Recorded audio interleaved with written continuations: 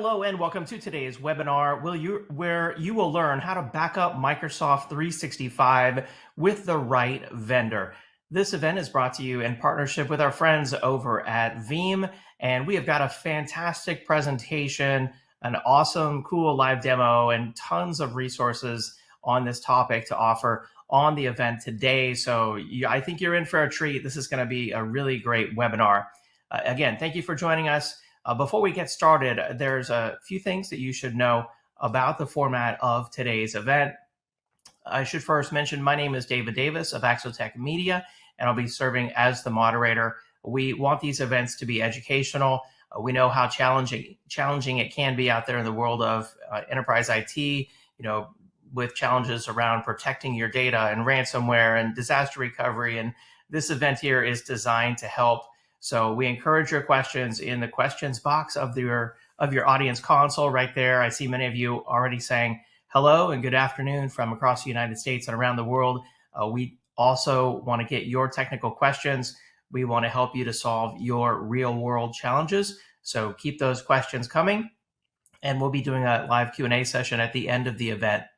I also want to call your attention there to the handouts tab. You'll see a number of resources available for download. There's the 2023 Cloud Protection Trends Report from Veeam. There's the Microsoft 365 Backup Guide by Veeam, and the Microsoft 365 Backup for Dummies free ebook that you can download. Make sure that you check those out before you go. At the end of the webinar today, I'll be announcing the winner of our Amazon $300 gift card. If you're watching this recorded on demand, of course, that drawing would have already occurred. The prize terms and conditions can be found right there in the handouts tab. And then to further, maybe shake some questions loose, if you're not quite sure if you should ask a question, we've got our best question prize as well today for an additional Amazon $50 gift card. What this means is that you have to ask a question to be entered into the prize drawing, and we'll be selecting the best question after the event and contacting the prize winner. Then, of course, you must meet the terms and conditions in the handouts tab. All right, with that housekeeping information out of the way, I'm excited now to bring on today's expert presenter. Welcome to Corinne Bissett, who is a global technologist for product strategy at Veeam. Corinne, it's great to have you back on. Thanks so much for being here. Take it away. Thank you, David. And I always feel obligated to say hi from Ohio to give out the location here.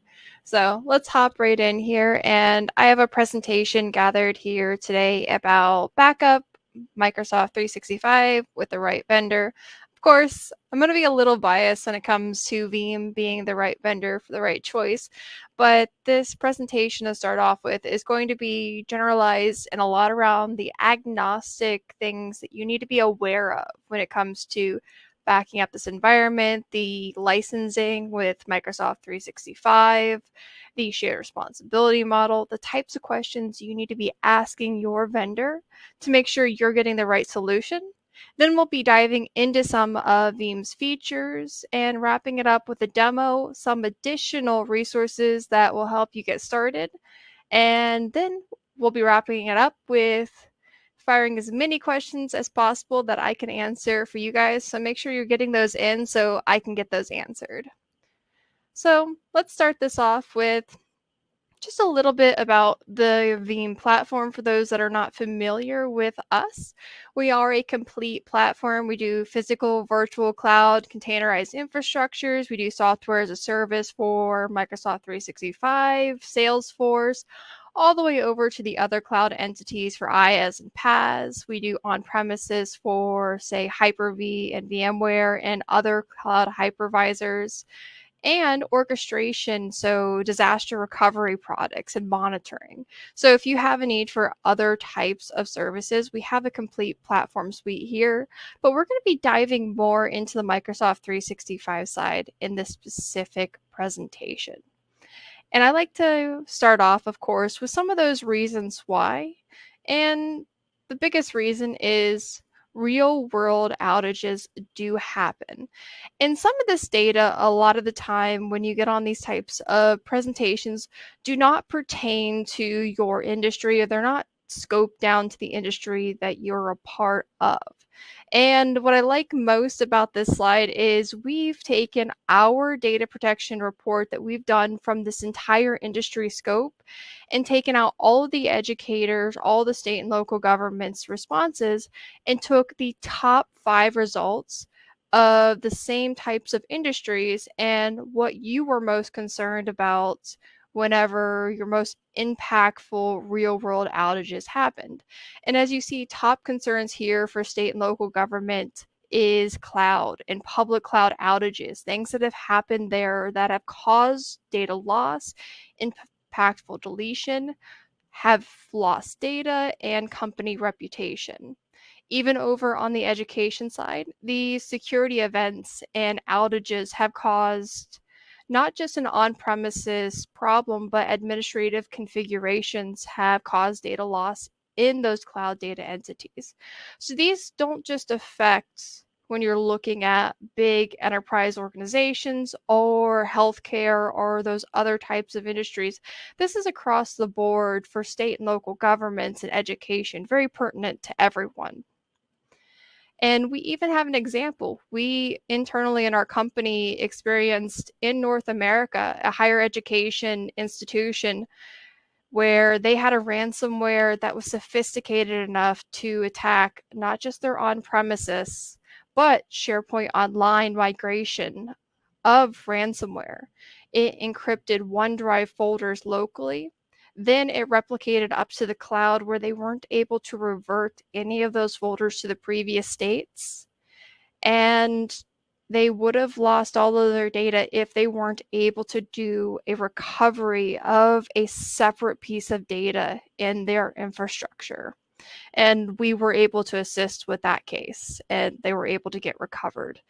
Ransomware is getting more sophisticated. We could have had conversations years ago that, oh, yes, if you had pivoted XYZ, maybe you could encrypt this data or we could roll back these files. But ransomware does get smarter, and we're there. We have version file attacks. We have all of these other types of attacks, and it could just be one user compromised or an entire organization could be compromised in these types of incidents.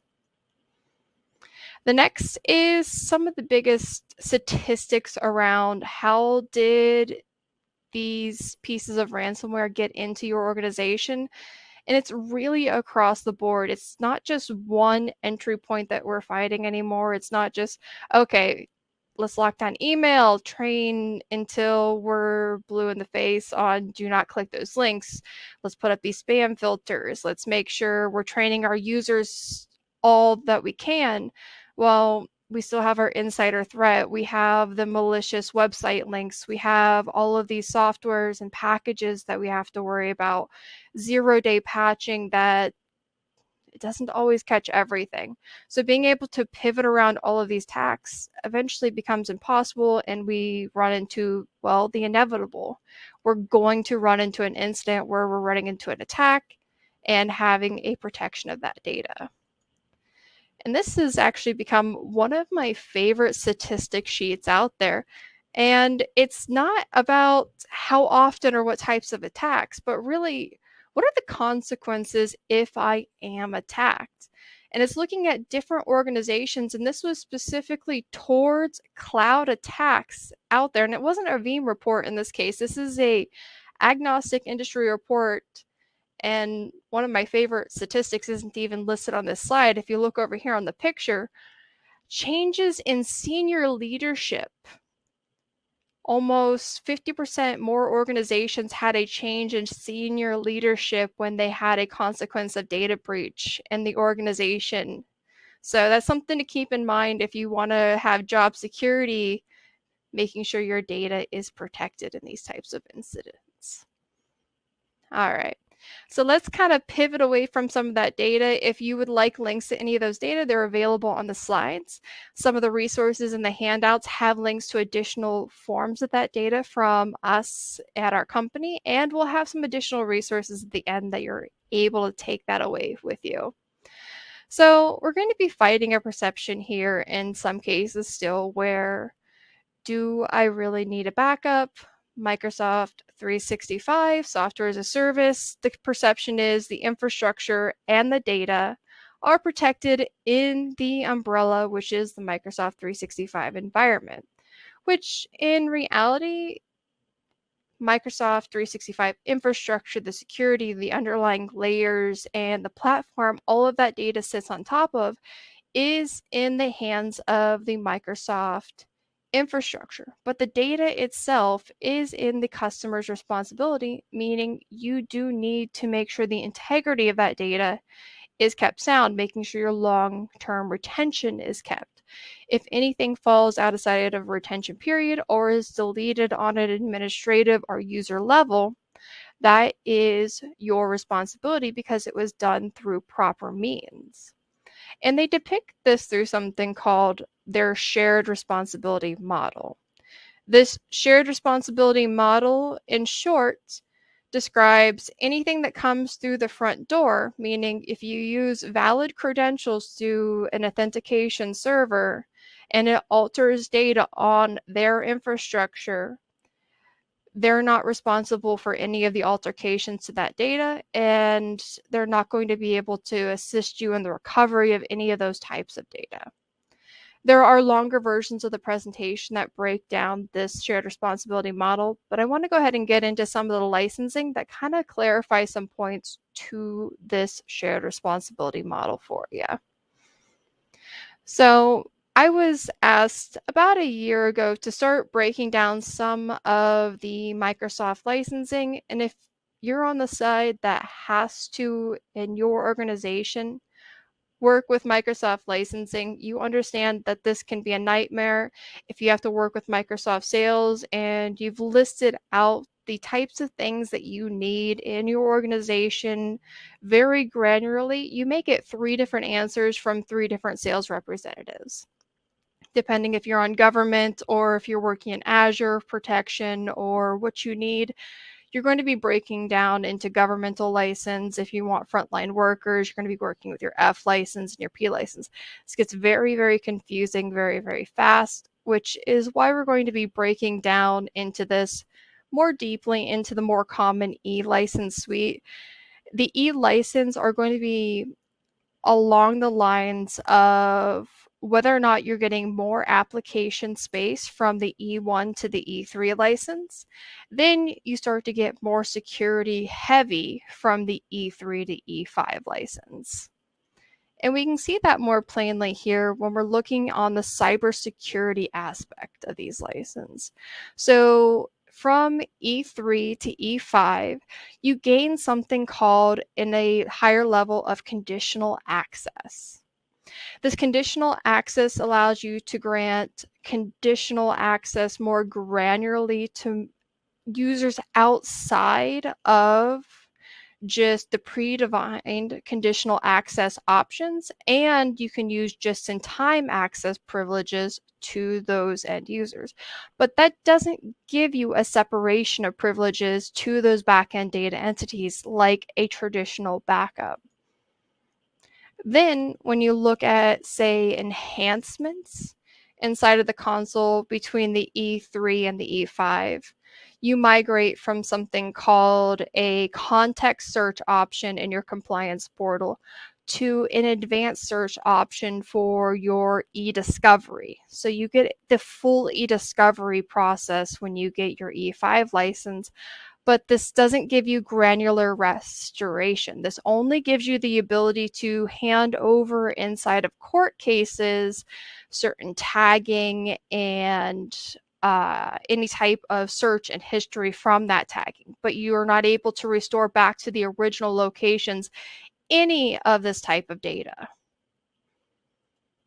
Then when you're looking at the experience from the administrator side, which I'm a huge fan of this side because I feel like so often we forget to think about what is in it for the administrator, is the automation. Really, from the E3 to the E5, you gain a new level of automation inside of that portal, which allows you to make sure you can get all of your enterprise features and experiences from your E3 to the E5 for your end users. You get next level protection inside of Azure AD, which is very important. You want these extra levels of just-in-time access and management features, but it doesn't replace the need for a restoration and separation of features from your backups. And just as a overarching of these native capabilities versus a breakdown of adding a protection feature on the end, we have this chart here. Moving on beyond just kind of what you get from your breakdown of your E3 to E5 license, this is a third-party Microsoft 365 backup checklist. This checklist was actually developed based off of 6 points from IDC, which is a industry analyst. And what they did is they went out to all of the customers in the industry and they gathered information for what they were looking for and what were the necessities between each of these customers so that they could help develop questions that you guys should be asking your vendors. What do I need? What should be the differentiators between these different vendors so you're not just walking in the door blind. And based off of these 6 categories, this is how we answered as our product to be able to differentiate our features in these 6 different categories. So based off of features in this first set, make sure if you're looking for a scope of the Microsoft 365 backup, they cover all of the applications in your infrastructure that are possible to be backed up from the Microsoft 365 infrastructure within this backup product, so you're not moving across multiple backup products to get all of your backups within the same place or have a sprawl between the different places that you need to be able to back up this data and restore these data, because that's a learning curve you have to keep up with. Then the flexibility and choice. Sometimes you get locked into how often that you can back up, where you can back up this data to, whether or not you're still in charge of that data, or if you have to give up an additional control plane of that data. It's a conversation and a choice. It's possible that in some of these cases, you want the ability to give up that control. You want to back up as a service, and it's possible this vendor may not offer backup as a service. You want to have the flexibility of choice and innovation. Something you may want to ask your vendor is to make sure that they're up to date with the latest APIs. They're using the ISV APIs. They're using stuff that Microsoft has approved them to use, which are the ISV APIs. Scaling, not every solution is meant to scale up for slightly larger organizations, or if you have multiple campuses and you want to be able to scale out the backup solution, do they have additional proxy points that you can put repositories at each of these locations, scope out which users can have access to that data, and then which integration points. So can you send this off to object storage? We know maybe Exchange has a fairly static type of growth, so you can't send more than a 10 meg email, of course. So that's not going to explode overnight, but SharePoint and OneDrive, as soon as you've started to give access to end users, start up training programs, we can watch that exponentially grow overnight. You've given out SharePoint access to teachers, but as soon as students start to roll in and teachers start to have students turn in homework over these shared data entities, you're going to see this data grow exponentially overnight, and having the flexibility to migrate to data sources that can grow as you grow in those types of integrations is important. The last column we have here is about the breadth of service, taking into consideration if you have other needs in your organization, do they cover physical or virtual or other cloud entities that you're working with, to try to keep that backup scope into the same place. And that brings us to our solution. Now, our solution is called Veeam Backup for Microsoft 365. We cover Exchange Online, SharePoint Online, OneDrive for Business, and Microsoft Teams. The solution protects against all the types of threats that we've covered previously with Microsoft 365 data. You can do both backup and the restoration into anywhere that you want to be able to send your data. We have a complete chart at the end, and we'll cover the different repository types coming up next. You're able to meet any of those legal and compliance reasons with this portal that you may need to address as well. We have advanced search options, which make it really easy to find data, so you're not wondering how to find this, that, or the other whenever you need to search through the different users. And you can define your scope, not just on individual users, but you can search across your entire organization or multiple organizations if you're in charge of multiple campuses. So a little bit about the scaling of this product. We'll start with the infrastructure because it's good to start off with a base. So the infrastructure components start with a backup server, and we can deploy these all in one component if you are a smaller organization. And with that smaller component is a backup server, which is kind of like the brains of this operation.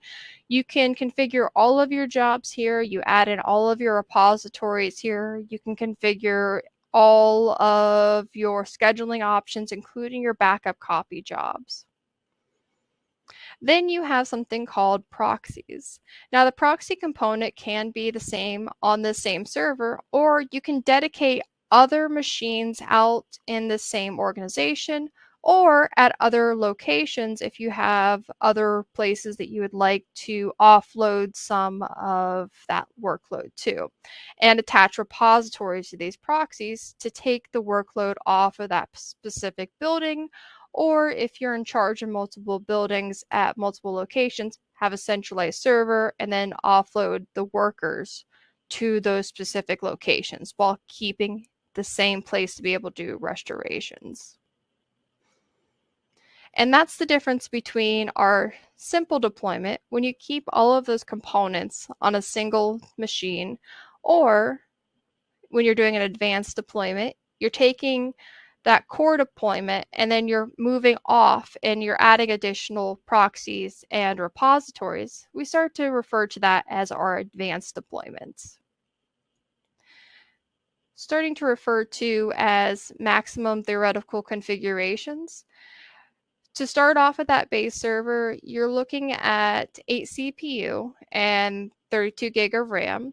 And each of the proxies will follow with each of the 8 CPUs and 32 gigs of RAM to have a maximum amount of objects per those proxies.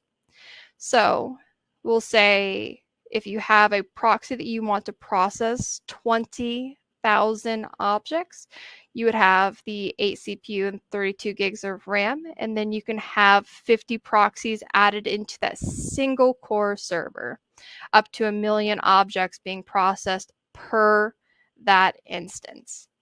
When it comes to the repository side, as long as you're running any type of expanding repository that can theoretically hold that maximum amount of data. So ideally, an object storage repository is going to be better than a spinning disk repository that has limitations on REFS and NFS based off of the Windows repository limitations. Then you're able to expand larger repository data types. Let's dive a little deeper into an object. So an object would be anything like an Exchange mailbox, whether it's a primary or an archive, a SharePoint site. Both collaborative and personal sites would be counted as one object each.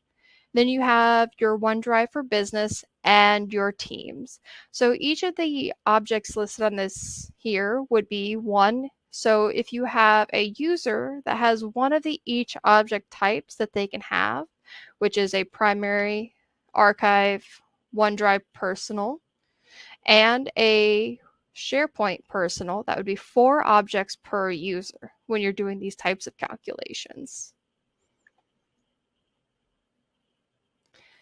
The next is about deployment options. With our solution, we're able to do the deployment options, whether you want to do an on-premises, work with any one of our cloud providers, or do a public cloud. So with public cloud, we can deploy directly from the marketplace on Azure and AWS, or an extension on IBM Cloud. And if you just type in Veeam into any one of these marketplaces, you should be able to find Veeam backup for Microsoft 365 on that list, as well as any one of our other offerings there. Then when you deploy, it'll already have the software installed to be able to use. A bonus of using any of the service providers, you get to use backup as a service, and they generally offer other types of services along the way to take some of that load off, whether it's customized portals or extra levels of security and compliance and certificates of compliance that are sometimes required from different government entities. Next is a little bit around the supported storage. So ideally, object storage is the optimal storage type to be able to use within the console. It's theoretically expanding pretty much infinitely to be able to store data to this object storage. So you can expand out and send this either to a public cloud, or you can run your own on-premises storage type. Anything that is S3 compatible will work for this. And you can copy with our newest version any object storage to any object storage. And that's a little bit of a hint to what we'll be covering with our sneak peek at version 7 coming up here in just a little bit. But we do support other storage types, which next in this list of kind of optimal storage types is actually going to be direct attached storage, then followed by SAN, and we technically do support SMB storage, but it's still under experimental support, and it's not likely coming off that list due to the type of protocol that it runs under. It sort of has a volatile data exchange, which means it doesn't really create a consistent backup type for this type of backup. I highly recommend working with a DAS or a SAN in order to be able to back up with in all optimal scenarios. Next, we have a couple different options around the way that you can store your data. When it comes to storing data, you can choose an item level retention or a snapshot based retention. Item level retention will take your backups based off the item's creation or modified date. So if you set a date and it's so many months back, it'll save all files that exist within that month's time period within that backup. Now, the difference between this and a snapshot-based retention will take everything that is within the organization and back up that point in time and keep it for that many days or months or years or forever, depending on what you've sent that repository to be. Now, to kind of put some of these components into perspective and how this can kind of put together for scaling it out, so we can see at the heart of this picture, we have the backup server. The backup server can have the Microsoft 365 backups running from the cloud or an on-premises environment, all porting into this one backup server. We're able to access through all types of infrastructure components. And we can have multiple storage and data types from disk storage, object storage, and file storage. This also depicts that you do not have to send all of your data to one storage type. You can have part of your data going to an on-premises type of storage and then port the rest of it off to an object storage or an on-premises object storage if you choose. And as the picture depicts, the backup server is sitting on top of numerous different data types, whether you're looking at IBM Cloud, Windows, Hyper-V. The data can sit anywhere a Windows server can sit, the backup server can sit in this hierarchy. And to take a look at this in a format of a job creation, whenever we store data to an object storage type, we're able to then port this data off to a long-term object storage for a backup copy. And from these data, be able to do a restoration through any one of our 4 restoration explorers for Exchange, OneDrive, SharePoint, or Microsoft Teams. We have over 45 different ways to restore, but uniquely, it's not just restoring data in raw data formats or just back to the original data locations. We have restoration in export and other types of options that export this data in the data that makes sense to the application we're working with. Such as Exchange, you're able to get data back in PSTs and MSGs. And when you're looking at SharePoint, you see lists and documents and libraries. So we have explorers tailored to the applications, not just raw data formats. But we make it easy so it doesn't just look like a group of data. You do not have to be an application administrator to understand how to restore this type of data. And we'll go ahead and take a look at a demo here. I'll get this screen up.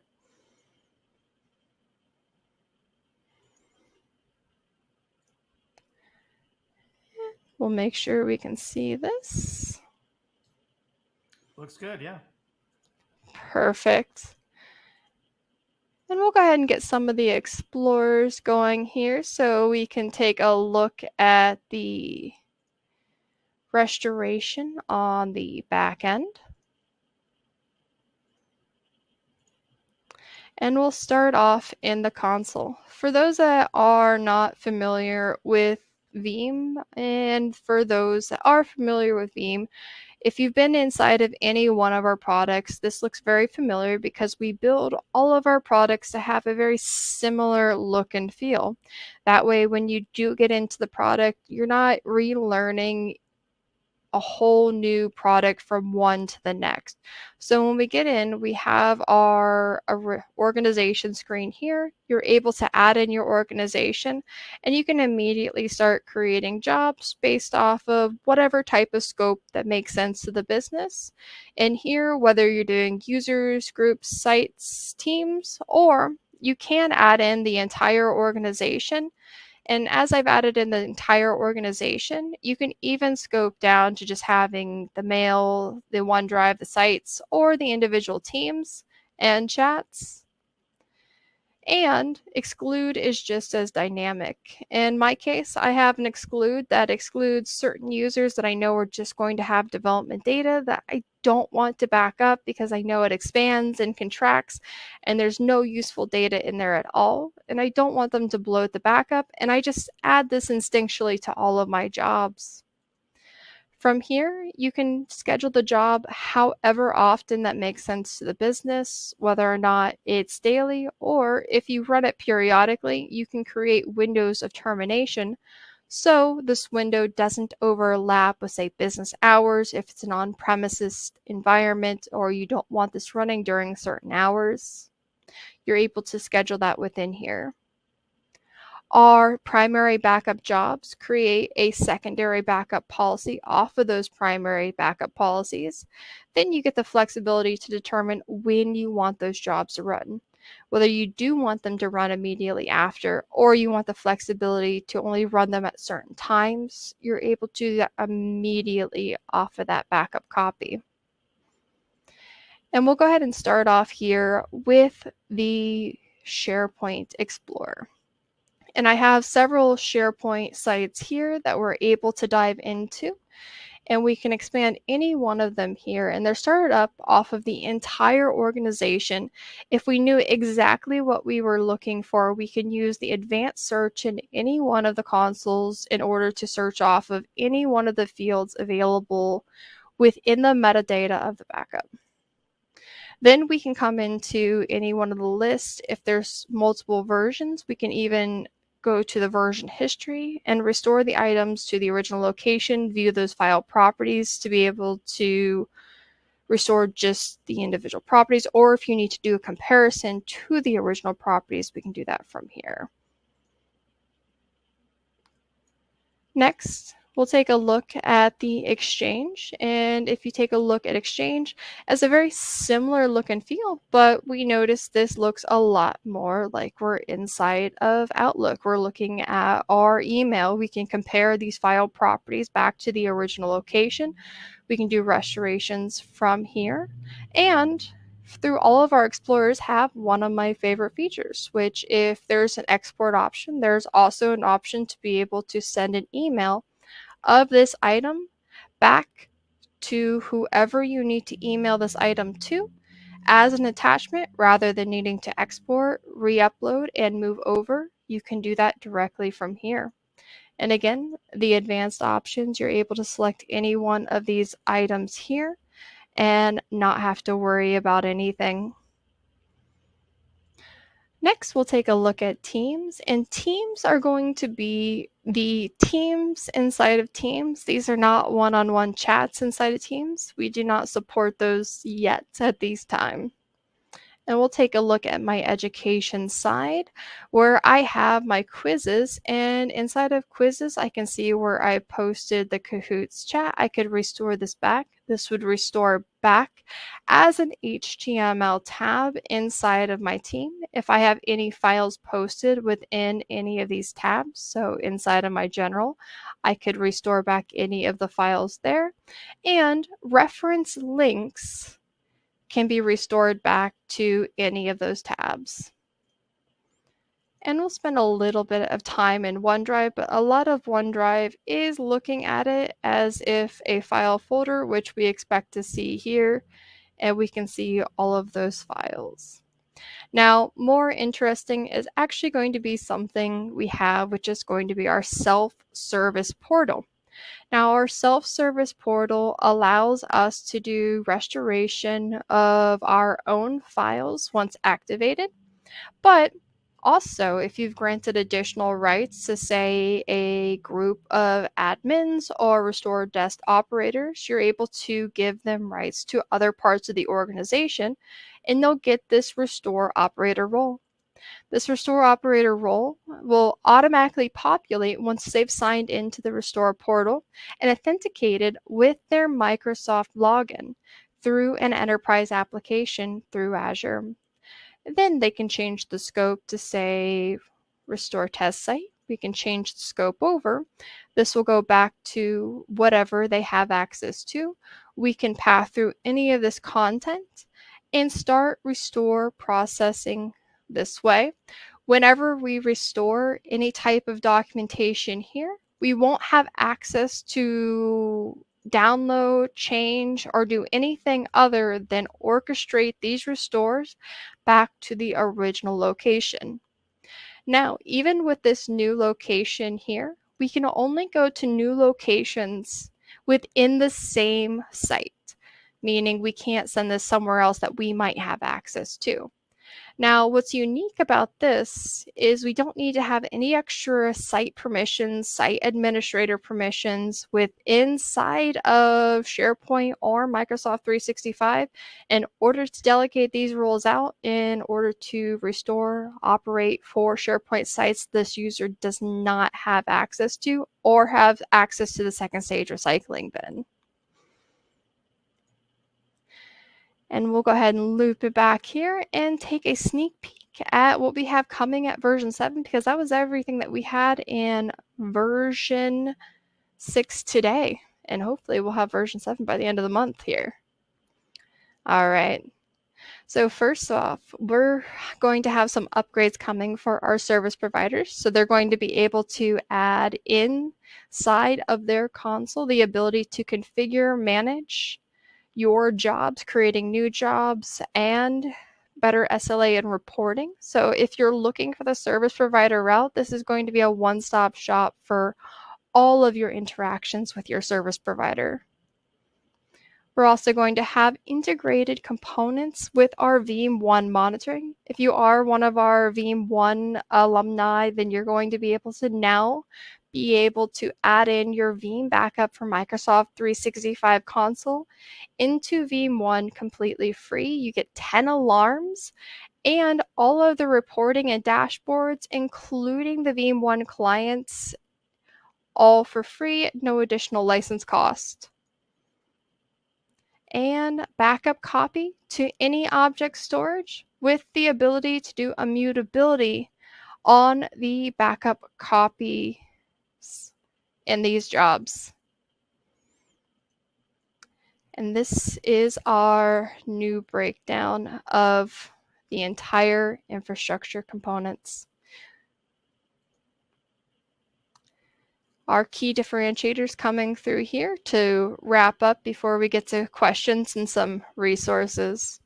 So Veeam Backup for Microsoft 365, we offer some freedom in the infrastructure. So you now kind of bring back all of that data either to your on-premises environment, to new environments. You have the freedom to move wherever business makes sense to you. You also can choose however low your RPO needs to be.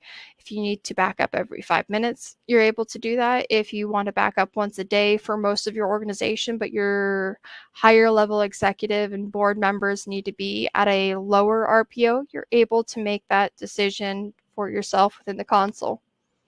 We also have the recovery flexibility. We have one of the top numbers on the market for the ways and how you can restore all of that data.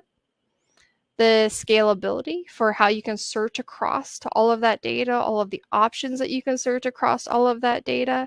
If you are running E3 license, we in our console, that advanced search option is the equivalency of having context search inside of the 365 portal. And then having a reliable vendor platform. So if you do need to move across and work with other products within the suite, we're able to help support that. If you're not familiar with any of the numbers that I shared towards the beginning of the presentation, we started running over the last few years our top data protection and trends reports.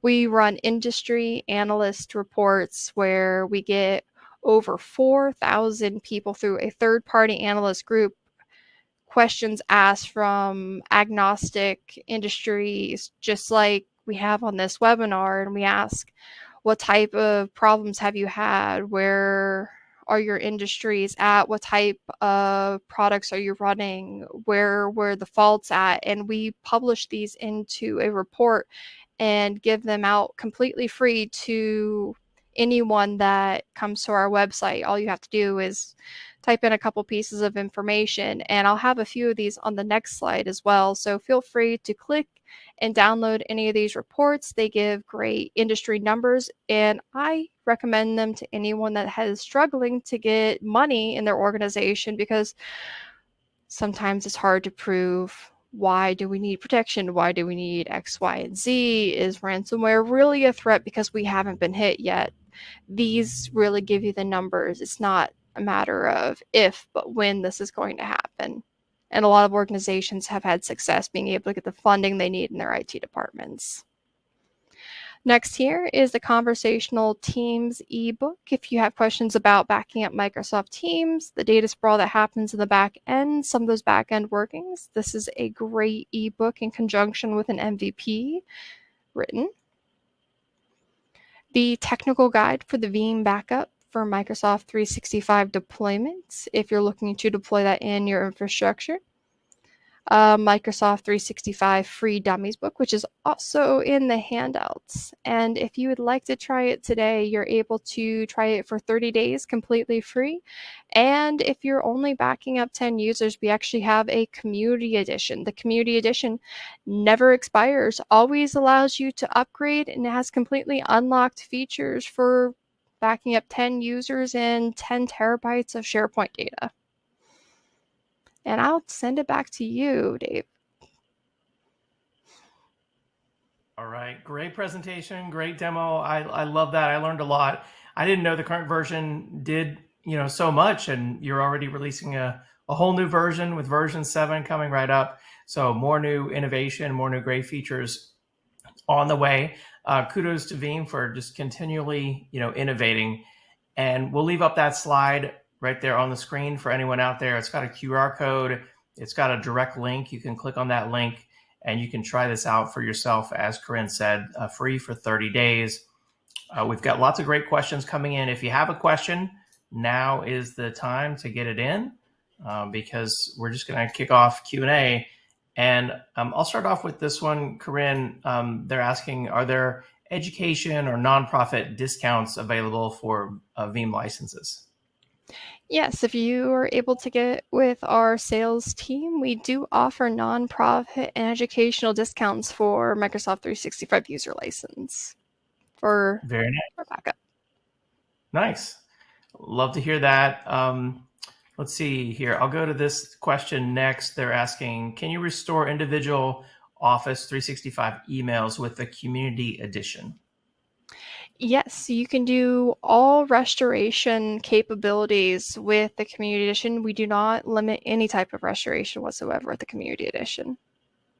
Nice. That's cool, with the Community Edition as well. So very cool to hear. Here's a good one, I think, from Bill, who says, I work for a university. Is it possible to be a site administrator but not an org admin to still be able to back up SharePoint sites? So we work with enterprise applications completely now with our enterprise only application backup option. So modern authentication, if you're able to do that, then you're able to do the backup process that way. You will need to have an account that has the ability to do the initial deployment. Once the deployment is done, then you're able to do backups consistently. Nice. Very nice. Here's another good one.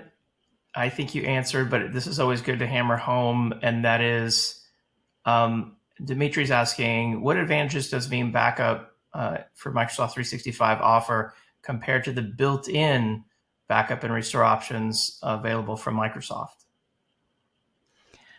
What do we offer versus the built-in options? Right. So a lot of that we took a deeper look at in the E3 and E5 license comparison, but what we offer is more of that privilege and data separation in that conversation, when Microsoft offers more of that security user conversation and making sure you have the monitoring and the security of those users in your infrastructure that you need to protect. Got it. Yeah. I think I'll try to sum it up with a whole lot. Jeffrey is asking, can one tenant be restored to another tenant? Yes, you can restore one SharePoint tenant to another or one SharePoint site to another SharePoint site. So I should clarify. Nice. Another question, when will Veeam version 7 be released? Any secret ETA hint you can give us there? As of this morning, I was told it should be out by the end of the month. I'm keeping my fingers crossed that we should have this out by the end of the month. Nice. I think I should be allowed to say that. Yeah, that's exciting. Liam wants to know, how do you protect your SharePoint online sites, documents, libraries, and OneDrive for business accounts, files, and folders? Can we protect that with Veeam for Microsoft 365? Yes, so when you're backing up with Veeam Backup for Microsoft 365, it includes all of the personal and shared OneDrive and SharePoint files, folders, and all of that together. So if it's within that domain, it's being backed up within the software there. As long as it's not a reference link to another location, of course. It's like backing up a symbolic link somewhere else. Got it. Okay. What about, let's see, Vince is asking, can this help me with compliance? Of course, this can help you with compliance. Some compliance and data retention in certain areas and industries are requiring you to keep things for 7 to 10 years. Another statistic we ran on our data protection report was asking industries, and the average was about 7 to 10 years. So you may want to check what your regulation is, because the default in Microsoft is not 7 to 10 years, and in many cases, there's no way to save it for that long in certain entities. Excellent. Yeah, I know a lot of companies need that compliance requirement to be met, and this could help. Let's see, another good one here, maybe from Joseph, is asking about immutability. Can this help to protect my data, my backups, by making it immutable? Immutability is always a good idea. So immutability means to lock the backup files to prevent alterations from occurring by anything. So once it's been stored, nothing else can touch this data. So that means if something does hit your infrastructure and everything else is wiped out, hopefully this is still there for you to be able to restore from. So immutability is always a good idea in any of these cases. Excellent. Let's see, a lot of good questions out here. Any others that catch your eye there, Corinne? I think we've about wrapped up here. Okay. Okay. Excellent. Well, I really enjoyed the demo. I want to encourage everyone out there to check out the QR code that's on the screen, or the link that's on the screen. Try out a Veeam backup for Microsoft 365 for yourself. I think that you'll find that it is the right solution. Corinne gave us lots of great points here, lots of great things to look for in your next solution. And I think once you try out Veeam for yourself, you'll see that it is an excellent solution. I want to encourage everyone to check out as well all the great resources there. In the handouts tab, there's the Backup for Dummies, Microsoft Backup for Dummies ebook, the Microsoft 365 Backup Guide from Veeam, and the Cloud Data Protection Trends Report as well. If you need justification, take it up to the executives on how much this is going to help protect your company. Corinne, it's always a pleasure to have you on. Thank you so much. Thank you for having me. And thank you to our friends at Veeam for supporting us on the event today. Before we go, I do want to announce the winner of our Amazon $300 gift card prize. This is going out to, I'm going to try to pronounce it correctly, Partha Chakraborty from California. Congratulations to Partha. C from California will reach out to you. We'll also be reaching out to our best question prize winner as well.